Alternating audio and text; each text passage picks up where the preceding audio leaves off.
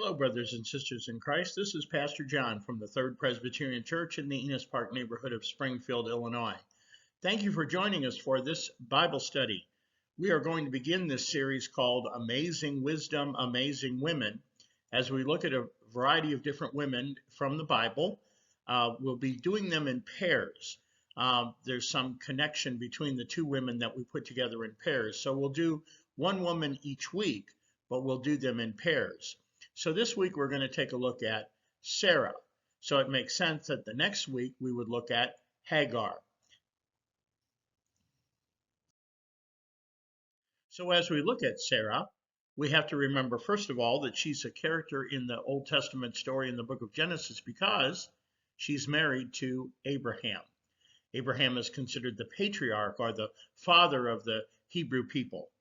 But you know, in the Bible, in that particular set of Genesis stories, we meet Abraham not as Abraham and Sarah not as Sarah, but we meet them as Sarai and Abram. In the Old Testament literature, oftentimes individuals' names were changed when something very important or magnificent or the presence of God was found in their lives. And so we'll see that as the story develops in the book of Genesis, as important things happen in their life and the very presence of God is realized, their names change to Sarah and Abraham. Now, when we first meet these two characters, Abram and Sarai, they are living in a place called Ur. If you look at the map that I've included on this slide, you can see that Ur is kind of in the middle of the slide, but towards the right side. And you can see that Ur is located at the intersection almost of the Tigris and Euphrates River. That's an area that eventually would become Babylon, but in today's world, it's modern Baghdad, pretty close to the area of modern Baghdad. Well, Abraham gets a call from God. Look at the bottom, it says Genesis 12:1. The Lord had said to Abram, "Go from your country, your people, and your father's household to the land I will show you." So Abram is faithful to God. He packs up their entire household. We have evidence from the scriptures that they were a pretty wealthy and substantially popular family in Ur. So put yourself in the place of Sarai. She suddenly receives word from her husband that they're going to simply take all of their belongings, pack them up, leave all of their friends and relatives and the nice setting in which they live, and they're going to travel for miles to an unknown land. And they're doing this because Abraham received this word from God. Now, Sarah could have certainly objected, although the scriptures don't tell us that. What they do tell us is that she went right along with Abraham to head to this new place. Now, they're supposed to go to the promised land, but there's a famine in that land. And so instead, they wind up going to Haran. Eventually, God then tells them to leave Haran, go into Egypt, and then eventually come back to the promised land, and they settle in a place called Hebron. So this map depicts that journey of Abram from Ur to Haran, Haran to Zon, Zon to Hebron, and then eventually along the way there's Shechem and Damascus. So this map just kind of gives you a little bit of an orientation as to how this story takes place. Now, as they're traveling from Ur, they run into a couple of different situations where they're in some foreign territory, and was the tradition in those days that the leader, whether it was the king or an important military leader, as you were passing through their country, they would come to you, and if they saw that women with you were very attractive, they might just take those women to be their wives. And if you were married to them and you admitted to being married to them, not only would they take your wife, but they would probably execute you. And so in Genesis 12:10 through 20, and then in Genesis 21 through 18, Abraham is confronted with someone who wants to take Sarah as his wife. Sarah apparently is very beautiful and has the eye of these leaders. So Abraham, of course, fearful what would happen to him if he said he was married to Sarah, they would take Sarah and then they would kill Abraham. He suggests that Sarah is really his sister. And of course, Sarah goes right along with it and claims that Abraham is actually her brother. So it raises kind of a question that theologians have debated over the years. Did Abraham lie? Did he tell a half-truth? And was the half-truth really a lie? Well, there's an important passage in the New Testament. It's found in 2 Corinthians 12, verse 9. Here's what it says. But he said to me, my grace is sufficient for you, for my power is made perfect in weakness. Therefore, I will boast all the more gladly about my weaknesses, so that Christ's power may rest on me. So certainly it was a fib, and it showed weakness, but yet God used that weakness in the grace of God to move them forward. And in fact, there are a couple of instances in those stories where God directly intervened and prevented the leader from taking Sarah away from Abraham.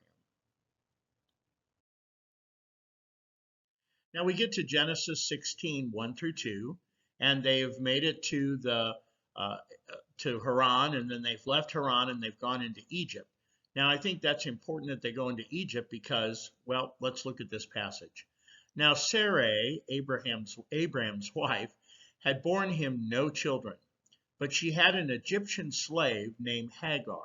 So obviously when they made that journey from Haran down into Egypt, she picked up this Egyptian slave. And so she said to Abram, the Lord has kept me from having children. Go sleep with my slave. Perhaps I can build a family through her. Abram agreed to what Sarai said. So Abraham is called to go to this new land, and part of that call is that God has instructed him that he will become the father of a great nation. Well, if Sarah's unable to bear a child, and she's now kind of reached the age beyond childbearing, then how does that formula work? So Sarah, in her creativeness, decides that if she's not going to be the one to bear Abraham a child, then Hagar could certainly substitute, and that would then allow for the lineage of Abraham to continue to build that great nation. So that's Sarah's plan. That's Sarah's idea. Now let's move to Genesis 16, 3 through 9. Abraham agreed to what Sarah said. So Sarah says, I have this slave girl that is my maidservant. Her name is Hagar. Why don't you sleep with her?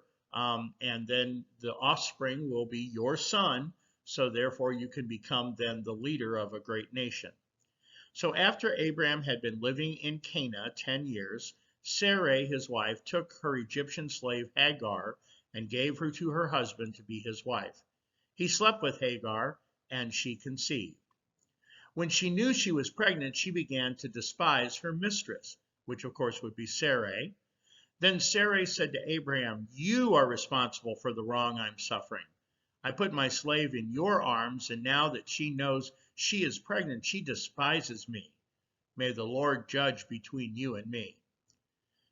Abraham responds with, your slave is in your hands. Do with her whatever you think is best. Then Sarai mistreated Hagar, so she fled from her. The angel of the Lord found Hagar near a spring in the desert.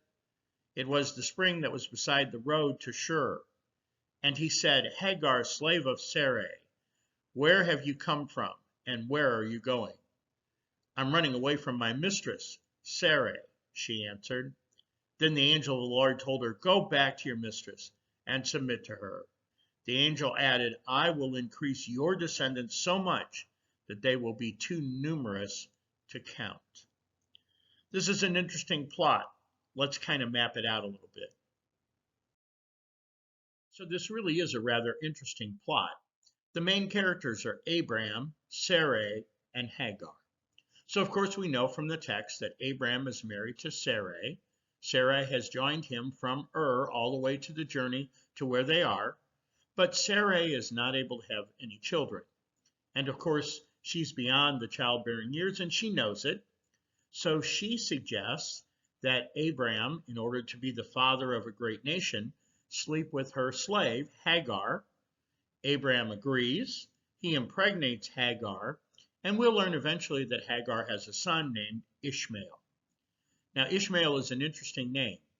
In the ancient Near East, the word El, E-L, represented the name of God. It was one of the many names for God.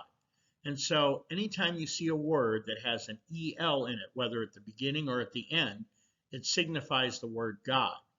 So the beginning, Ishma, is the word that means provided. So Ishmael is a name which means that God has provided. Now, when Hagar gets pregnant, all of a sudden there begins to be a conflict between her and Sarah. And this conflict kind of boils over a little bit. Hagar is accused by Sarai of mistreating her, and some of the other people are making fun of the whole situation. So she goes to Abraham and she says, hey, you got to do something about this situation. And I love Abraham's response. Hey, wait a minute, you're the one who suggested this, and Hagar is your slave. You deal with it. You deal with her. In the midst of all of that conflict, though, Hagar senses the impending problems, so she flees. And of course, in the process of fleeing, she's greeted by an angel. The angel tells her, listen, there's a greater plan going on here. And if you can just kind of bear it for right now, when you have this son, God will bless you morefold than you will ever realize. And so Hagar goes back to take all of this from Sarah. Now, I love this story because it's so human. Sarah is conflicted. One time she's doing wonderful things. The other time she's doing things that are not so great. Abraham is this big leader of this new nation, and yet he's weak and throws things back. And Hagar is just trying to survive the situation. And when it gets tough, she just flees. But then, of course, God instructs her to go back. I love this story because it's so much a story that depicts human nature. And it really depicts human nature today as well. Now, this may not be a story today about all of this pregnancy and things like that, but we all get into situations where we come up with an idea and we think we've got an answer and a solution to something. Then it turns out that it's not what we thought it was, so we try to blame others. We try to get somebody to reverse what we've done. Sometimes we're in situations where we're the innocent bystander, and so we just want to flee from that situation. And sometimes we're supposed to be the leader, but we can't make a decision. So I love this story because I think it's just very, very human. So as the story proceeds for a while, we get to Genesis 18, verses 13 through 14. And we find that Abraham is in a tent. He's camped outside a place called Mamre. Mamre is in the suburbs, if you wish, of Hebron. If you look at the little map that I showed you, Mamre is just a little bit north of Hebron. So they have settled in Hebron, but apparently he's maybe gone on a little bit of a camping trip or a vacation. And so they're out in the hill countries of Mamre. He's in his tent. Sarah is in the tent next to his. All of a sudden, three strangers appear. And it's a little bit of a mystery who these three strangers are. The interesting thing is that we believe that these three strangers represent the presence of God. And so they are God in human flesh, but they come and they say something very important to Abraham. So those three visitors begin by telling Abraham that he will bear a son. And he's listening to this. Sarah is in the tent next door listening to this, and she's laughing. She starts laughing because she's beyond childbearing years. She's already seen Abraham have a son with Ishmael, so she's laughing. Here's what they say. Then the Lord said to Abraham, why did Sarah laugh and say, will I really have a child now that I'm old? Is anything too hard for the Lord? I will return to you at the appointed time next year, and Sarah will have a son. Then it goes on, now the Lord was gracious to Sarah, and he said, and as he said, and the Lord did for Sarah what he had promised. Sarah became pregnant and bore a son to Abraham in his old age, at the very time God had promised him. Abraham gave the name Isaac to the son Sarah bore him. When his son Isaac was 8 days old, Abraham circumcised him as God commanded him. Abraham was 100 years old when his son Isaac was born to him. Sarah said, God has brought me laughter, and everyone who hears about this will laugh with me. And she added, who would have said to Abraham and Sarah that Sarah would nurse children? Yet I have borne him a son in his old age. And of course, in Hebrew, the name Isaac means laughter. So for a moment, Sarah laughs at God. But then she's presented with the fact that God can do what we normally think are impossible things. And so let's not laugh at God. Let's trust and have faith that God will even do something that perhaps even biologically at this point in time is not possible.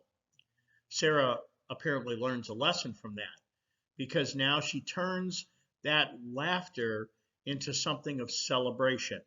And she, in fact, has her offspring named Isaac, meaning laughter. Now let's follow up a little bit more of what happens with Sarah from Genesis 21, 8 through 14. The child grew and was weaned, and on the day Isaac was weaned, Abraham had a great feast. But Sarah saw the son from whom Hagar, the Egyptian, had borne to Abraham was mocking. And she said to Abraham, get rid of that slave woman and her son, for the woman's son will never share in the inheritance with my son Isaac. So immediately that creates an issue, because in the tradition, the firstborn son was the one to receive the majority of the inheritance, as well as pass on the tradition of the family. Well, the firstborn son to Abraham is Ishmael, not Isaac. But Isaac is going to become the father of the Hebrew people, the transitional role. And Sarah's pointing that out. So then it says, the matter distressed Abraham greatly because it concerned his son. But God said to him, do not be so distressed about the boy and your slave woman. Listen to what Sarah tells you, because it is through Isaac that your offspring will be reckoned. I will make the son of the slave into a nation also, because he is your offspring. So this is how God has now revealed this plan. Both of these offspring are going to be great leaders of their nation. It just happens to not be the same nation. Early the next morning, Abraham took some food and a skin of water and gave them to Hagar. He set them on her shoulders, and then sent her off with the boy. She went on her way and wandered into the desert of Beersheba.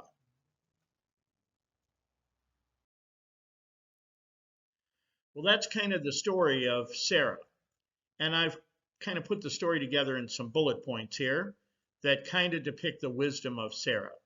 So let's take a look at this and talk about it for a second. First of all, Sarah was faithful to follow the call. She didn't get the call directly. The call came to Abraham to leave everything that they owned, or every place where they were, the place that they loved, take everything they owned and go into this foreign country. And she was faithful to do that. She was also very supportive of her husband and willing to work in partnership with him. So as we mentioned, there were those two incidences where she had to lie with him that she was just his sister and not his wife. And Sarah has to be creative. When she realized that she would not be able to biologically at that point bear a son, she becomes creative with how Abraham could still be the father of a great nation, even though it wasn't through her offspring. But then, in her wisdom, she's very human. And she realizes that maybe this wasn't the best plan after all. And Sarah's one to speak her mind. If we look at the different passages where Sarah speaks, she's pretty strongly opinionated, and directs her strong opinion to Abraham with the anticipation that he's going to listen to her. Now, along her journey, she has moments when she questions her faith. Wow, we're all in that situation. We're all put in situations where we think things are impossible, and we forget the promise that God can do things which are impossible. Now, in the moment when she does something very negative by laughing at the possibilities of God, she turns that moment of doubt into a moment of celebration.